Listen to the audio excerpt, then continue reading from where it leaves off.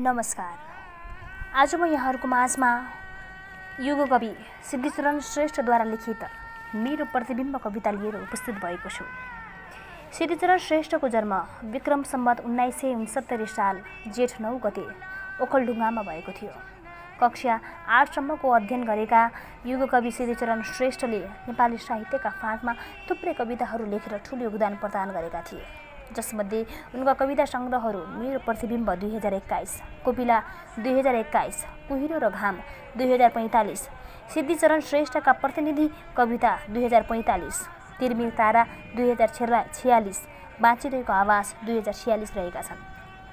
रत्नश्री स्वर्ण पदक, पृथ्वी प्रज्ञा पुरस्कार, त्रिभुवन पुरस्कार, भूकम्प तकमा, विद्यानिधि पुरस्कार जस्ता थुप्रै पुरस्कारहरूले सम्मानित भएका युग कवि श्रेष्ठको मृत्यु विक्रम सम्वत 2050 साल जेठ 22 गते काठमाडौँमा भएको थियो। स्वतन्त्रतावादी, प्रगतिवादी कवि, स्वतस्फूर्त कल्पनाशील कविता लेखन शैली भएका कवि, समाज परिवर्तनको महान क्रान्तिकारी विद्रोही चेतना, नेपालको राष्ट्रिय प्रवृत्ति, संस्कृति तत्प्रति श्रद्धा भाव भएका कवि, मानवीय संवेदनालाई बुझ्ने राष्ट्र कवि, युगका पीडा र चाहनाहरूलाई बुझ्न सक्ने युग कवि, सरल सहज कोमल शब्दावलीको प्रयोग गर्ने कविका रूपमा हामी उनका प्रवृत्तिहरूलाई हेर्न सक्छौँ। कविताको विश्लेषणलाई हेर्दा मेरो प्रतिबिम्ब युग कवि सिद्धिचरण श्रेष्ठद्वारा रचना गरिएको कविता हो। प्रस्तुत कवितामा राणाकालीन समयमा मानिसहरूले भोग्नु परेको दुरावस्थाको चित्रण गरिएको छ। त्यति बेला आम नागरिकहरू मात्र होइन, जाने बुझेका चेतना भएका मानिसहरू पनि लाचार र विवश बनेको अवस्थालाई यस कवितामा साङ्केतिक रूपमा चित्रण गरिएको छ।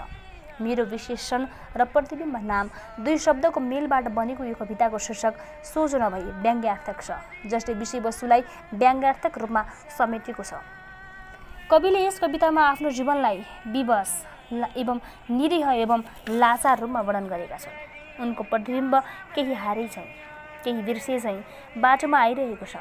त्यो बालकले खेलाउने कठपुतली जस्तै छ। त्यसमा आत्मा छैन, सत्य र यथार्थतालाई वहन गर्ने क्षमता पनि छैन। उसको आकृति, भाषा, स्वरूप अस्तित्वविहीन छ। हरेक सवालको उत्तर स्वरूप उनको प्रतिबिम्ब हिँडिरहेको छ। यस कवितामा कविले मानिसलाई पशुको जतिको पनि अस्तित्व नभएको प्राणीका रूपमा चित्रण गरेका छन्। यसमा कविले मानिसलाई खोक्रो, निस्सार, अस्तित्वहीन, चेतनाशून्य, मानवीय आकृति मात्र भएको प्राणी भनी व्यङ्ग्य गरेका छन्। आफ्नै प्रतिबिम्बको वर्णनका माध्यमबाट कविले सिङ्गो मानव जातिलाई चोटिलो प्रहार गरेका छन्। राणाकालीन समयमा नेपाली जनताहरूले भोग्नु परेका व्यवस्थाका माध्यमबाट मान्छे कति निरीह थियो भन्ने कुरा देखाइएको यस कवितामा मानवीय दुर्बलता, विवेकहीनता र विचार शून्यताको राम्रो चित्रण गरेको पाइन्छ। कविले यस कवितामा मान्छे भौतिक रूपले समेत निर्जीव र खोक्रो बन्दी गइरहेको शारीरिक आकृतिलाई लट्ठी, ढुङ्गा, फर्सी जस्ता बिम्ब दिएर त्यसप्रति तीको व्यङ्ग्य प्रहार गरेका छन्। आजको मान्छेलाई सत्य र असत्य छुट्याउन नसक्ने विवेकशून्य प्राणी र भाषा बोलेर पनि आफ्नो भाव व्यक्त गर्न नसक्ने निरीह प्राणीका रूपमा प्रस्तुत कवितामा चित्रण गरिएको छ। वास्तवमा राणाकालमा बलात्कृत मानवीय स्वतन्त्रताको वास्तविक चित्रण यस कवितामा पाउन सकिन्छ भने अर्कोतर्फ तत्कालीन अवस्थामा नेपालीहरूको निरीहता र पाशविकताकालाई समेत कविताले सङ्केत गरेको छ। यहाँ जागिरे जीवनको व्यवस्थालाई समेत प्रस्तुत गरिएको छ। सामाजिक विवेकहीनता र शासकीय क्रूरतालाई कविले व्यङ्ग्यात्मक कोणबाट चित्रण गरेका छन्।